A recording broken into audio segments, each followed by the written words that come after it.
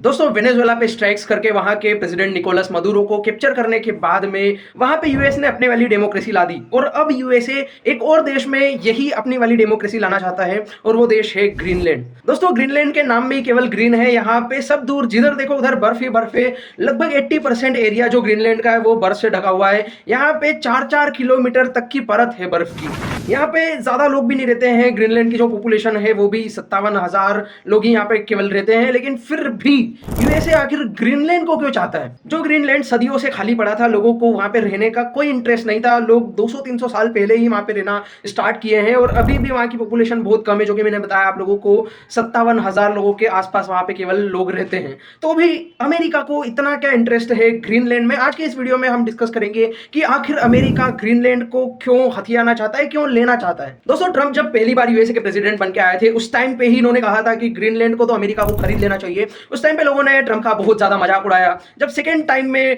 Trump USA के president बने, उस टाइम पे भी इन्होंने फिर से कहा कि यूएसए को ग्रीनलैंड को खरीद लेना चाहिए। लोगों ने फिर से इनके ऊपर हंसा। लेकिन जिस तरह से यूएसए ने वेनेजुएला में जो चीजें अभी की हैं, उन चीजों को देख के अब ट्रंप की बातों को केवल मजाक में नहीं लिया जा सकता। वेनेजुएला के बाद में ग्रीनलैंड वाला ये जो मुद्दा है, ये भी आज के टाइम पे अच्छी खासी हवा पकड़ चुका है।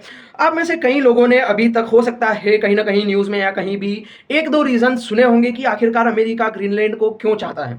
लेकिन आज की वीडियो में हम ऐसे ही ऊपर ऊपर से बात नहीं करेंगे। आज हम प्रॉपर कई सारे ऐसे रीजन के बारे में डिस्कस करेंगे आखिर यूएस ग्रीनलैंड को क्यों चाहता है। दोस्तों बिना किसी देरी के शुरू करते हैं और सबसे शुरुआत में बात करते हैं अभी की पोजीशनिंग की, अभी के हालात की। तो अभी के टाइम पे जो ग्रीनलैंड है वो डेनमार्क के अंडर में आता है। डेनमार्क के अंडर में ग्रीनलैंड एक ऑटोनोमस रीजन है, यानी कि ग्रीनलैंड की जो इंटरनल चीजें हैं जैसे कि कानून वगैरह बनाना, इस तरह की चीजें ग्रीनलैंड खुद कंट्रोल करता है और जो एक्सटर्नल चीजें हैं जैसे कि फॉरेन पॉलिसी वगैरह वो डेनमार्क कंट्रोल करता है। ग्रीनलैंड की जियोग्राफी की बात करें तो ये जो लाइन आप लोगों को अपनी स्क्रीन पे दिख रही है, इसको कहते हैं आर्कटिक सर्कल और इसके ऊपर का जो रीजन है, इसके ऊपर का जो एरिया है, इसको कहते हैं आर्कटिक रीजन। ग्रीनलैंड जो है वो आर्कटिक रीजन के अंडर ही आता है, आर्कटिक रीजन में ही आता है। ग्रीनलैंड की ये जियोग्राफी ही सबसे पहला कारण बनती है जिससे अमेरिका इसको हथियाना चाहता है, इसे अपनाना चाहता है। ग्रीनलैंड से जो यूएसए और जो रशिया की दूरी है वो बहुत कम होती है। रशिया का जो साइबेरिया है वो यहाँ से ग्रीनलैंड से पास में ही पड़ता है और यूएसए का जो मेनलैंड है या फिर कनाडा देख ले, ये यहाँ से भी पास में पड़ते हैं ग्रीनलैंड से। अमेरिका के अपोनेंट्स जैसे रशिया या चाइना ग्रीनलैंड में आके बैठ जाते हैं तो इससे यूएसए को बहुत ज्यादा दिक्कत होगी, क्योंकि उसके दुश्मन उसके घर के पास में आ चुके होंगे।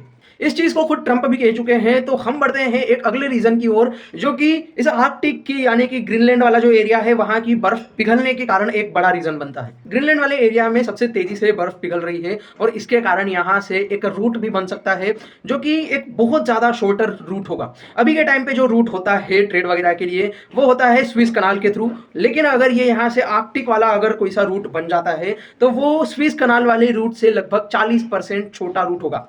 इस आर्कटिक वाले नए रूट को नॉर्दर्न सी रूट कहा जाता है और जिस देश का कंट्रोल ग्रीनलैंड पे हुआ उसी का कंट्रोल इस रूट पर भी होना है। तीसरे रीजन की अगर बात करें तो एक ये भी है कि जिस भी देश का कंट्रोल आर्कटिक रीजन में होगा तो अगर उसका दुश्मन उस पर मिसाइल्स वगैरह चलाता है तो आर्कटिक रीजन एक अर्ली वार्निंग की तरह काम करता है। मान लीजिए कि रशिया ने यूएस के ऊपर या फिर यूएस ने रशिया के ऊपर कोई सी मिसाइल चलाई, तो उस केस में क्या होता है कि मिसाइल को अपने टारगेट तक पहुंचने में कई बार लग जाते हैं 20 से 25 मिनट। तो उस केस में ये जो आर्कटिक रीजन है उससे पहले ही अगर मिसाइल को देख लिया, यानी कि मान लीजिए कि यूएसए का जो मेनलैंड है वहां पे अगर कोई सी मिसाइल को टारगेट बनाया गया है किसी इनेमी द्वारा, तो उस मिसाइल को वहां से यानी कि आर्कटिक वाले रीजन से देखा जा सकता है, एनालाइज किया जा सकता है कि ये मिसाइल कहां पे गिरेगी, किस तरह की मिसाइल है, क्या कोई न्यूक्लियर मिसाइल है या आखिर है क्या, इसका मामला क्या है। तो ग्रीनलैंड पे कब्जा करके यूएसए इस चीज का भी फायदा उठा सकता है कि उस पर कोई भी मिसाइल अटैक वगैरह हो तो वो उसको पहले ही एनालाइज कर ले और उससे बचने के लिए उसको और एक्स्ट्रा टाइम मिल जाए। चौथे रीजन की बात करें तो यूएसए के लिए चाइना भी एक बड़ा सिरदर्द बना हुआ है। चाइना वाले क्लेम करते हैं कि we are near Arctic state और ये लोग ग्रीनलैंड में कई सारा इन्वेस्टमेंट भी कर रहे हैं। जिस तरह से इन्होंने दुनिया के कई सारे देशों में इन्वेस्टमेंट वगैरह किए और वहां के फिर उनको मतलब पूरी तरह से खत्म कर दिया, उनको हथिया लिया, वहां की जमीनें लीज वगैरह पे ले ली। तो यूएसए को ये भी डर है कि इस तरह से चाइना यहाँ पे ग्रीनलैंड में भी आके नहीं बैठ जाए और उसके कारण फिर यूएसए को बहुत ज्यादा दिक्कत हो जाएगी। आप लोगों ने कई सारे केसेस में देखा होगा कि चाइना कई सारे देशों को अपने इन्वेस्टमेंट वगैरह लोन वगैरह देता है